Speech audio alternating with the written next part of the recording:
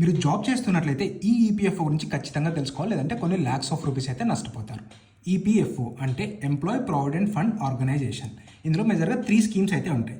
Employee provident fund అని, employee pension scheme అని, అలాగే employee deposit linked insurance scheme అని. ఈ ఈడిఎల్ఐ అంటే మనం జాబ్ చేస్తూ ఉన్నప్పుడు మనకేదైనా జరిగి చనిపోతే మన ఫ్యామిలీకి కొంత ఇన్సూరెన్స్ అనేది అయితే లభిస్తుంది.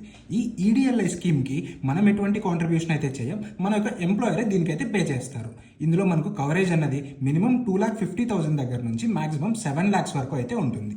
ఈ కవరేజ్ అన్నది మన యొక్క శాలరీ పైన అయితే డిపెండ్ అయి ఉంటుంది.